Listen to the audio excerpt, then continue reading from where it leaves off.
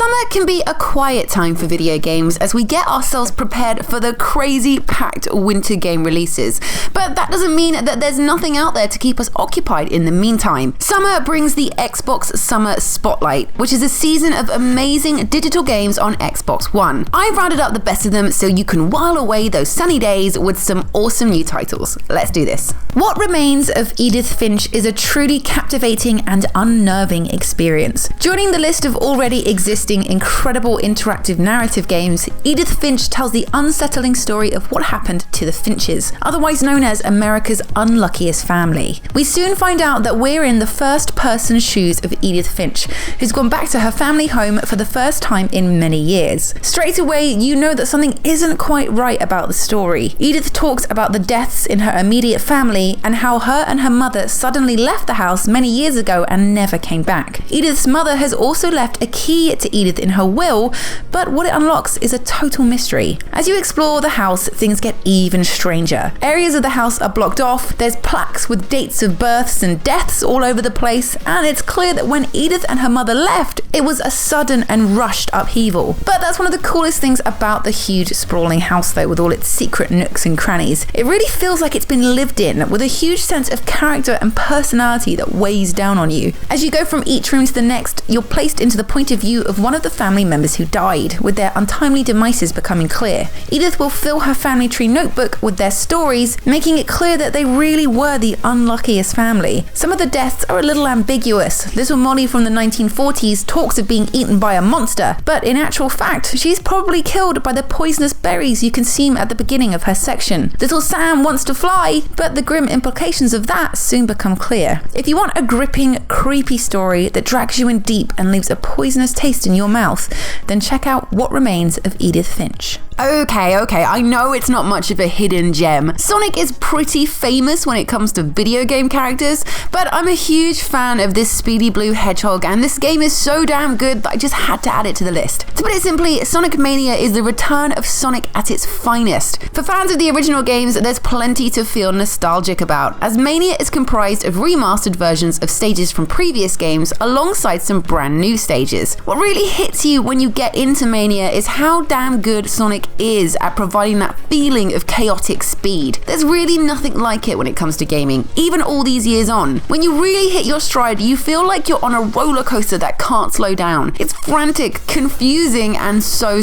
fun. There's secret stages and plenty of cool extras to get involved with, plus a co-op mode and plenty of speed trials. In true old school gaming style, the difficulty can be totally brutal, having you cling to your 3 lives with desperation and bringing on that familiar sinking feeling when you die and realize you've got to start all the way at the beginning of the level again. It's frustrating yet totally compelling, and as a bit of a Sonic fangirl, I just can't wait for more time with the blue dude with attitude and his foxy friend. The Long Dark is a deep, multi-layered survival game that really keeps you on your toes. If those toes haven't already frozen and fallen off, that is. In The Long Dark, you play the role of a crash-landed pilot who must survive in the harsh, unforgiving conditions of the Canadian wilderness. Your goal is to survive, which becomes very difficult when you have no food, no water, injuries from your crash, and it's around minus 1,000 million degrees outside. From the get-go, you'll be hunting for resources to make a fire, looking for first aid to tend your wounds with, and get some food to keep your energy up. Caves will provide some shelter, but you'll need to head into the blizzard if you want to find wood. Of course, you might die of hypothermia before you make it back, but staying in the cave will result in starvation. It's a careful balancing act that requires you to constantly keep an eye on your vitals. Is your body temperature high enough? Are you dehydrated? Do you need to sleep? Is there a bear around the corner that wants to eat your face? The story mode is told in episodes, slowly teaching you the basics before leaving you out in the cold alone. It took me a while to get the grasp of things. There were many nights where the cold got me, but once I got the hang of things, it became a really exciting struggle. You can also play the game in all-out survival mode. No storyline, just choose the difficulty and area that suits you and see how long you can stay alive without perishing. For those who like a little extra challenge, there's, well, challenges. From staying alive whilst a hungry bear hunts you down, to finding a flare gun and a tower to finally get yourself rescued,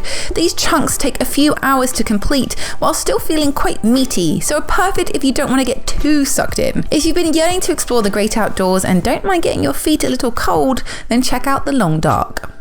Ever got into a confrontation with someone and just wish you could battle it out with them in an insult-throwing duel to the bitter end? Well, it's your lucky day, you verbally venomous vermin, as Osa, the insult simulator game, is just that. Now, let me start by saying this game isn't exactly going to change your life. We're not talking masterpiece The Witcher 3 or Skyrim levels of entertainment here. What we are talking about is a great little time waster that'll have you giggling away to yourself, especially if you play it with mates. How it works is this: you choose your ridiculous over-the-top character, each of which have their own weak points, and head to a location to sling some insults. A bizarre scene will follow, resulting in the need to battle and find the winner of the argument. You'll be given some options from which you can construct your own insult. There are some rules, of course. It's got to grammatically make sense and be a whole sentence. If you use the same insult lots, you'll get combo points, aka break out the good old "your mother" classic more than once and watch the points come rolling in. By constructing longer insults and using phrases that attack the opponent's weakness, for example, the older gentleman is a little bit sensitive when it comes to how out of touch he is,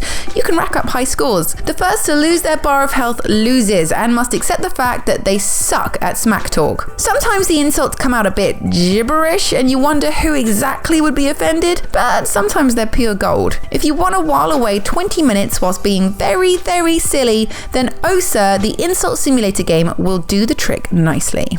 Tacoma, the second offering from Fulbright, the team that brought us Gone Home, is an exploration mystery set on board an empty spaceship in 2088. You play the part of Amy as she explores the abandoned Tacoma station, piecing together AI data to help unravel what took place. With each memory she finds comes new information and a fresh perspective, leading to the discovery that not all is as it seems. The memories themselves are more like a videotape than anything. You can rewind and fast forward through them, following different characters to different areas of the ship to discover different parts of the story that aren't instantly obvious. By unearthing clues, you can move on to different memories and access areas that are locked by piecing together emails and other information that becomes available to you. In the same way that Gone Home was more of a storytelling experience, Tacoma II follows this style. There's an element of puzzle solving as you watch out for key card lock codes and try to piece together the series of events, but mainly it's an example of some clever interactive storytelling. Even though you never really see the crew's faces or anything too personal about them, you still begin to grow attached, mainly through the top-notch voice acting. It's definitely a slower-paced adventure, but with its dark undertones and ever-growing panic in a space station where no one really can hear you scream, you'll be gripped from start to finish.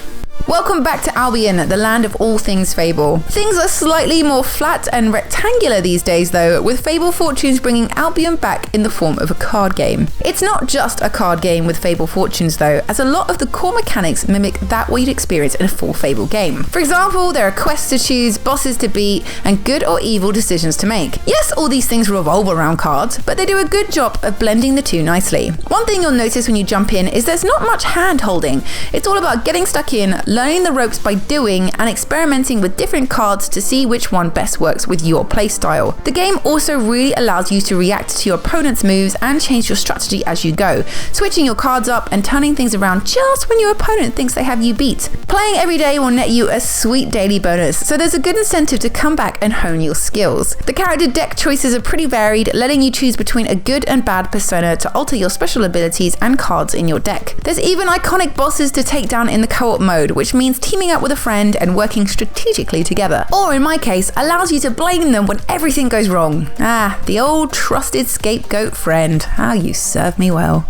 The Mega Man Collection 2 brings the Blue Bomber back in all his retro glory, neatly tied up into the classic package of Mega Man 7, 8, 9 and 10, all with a little extra content to keep you coming back. Each game has a special challenge mode that gives you increasingly difficult tasks to complete.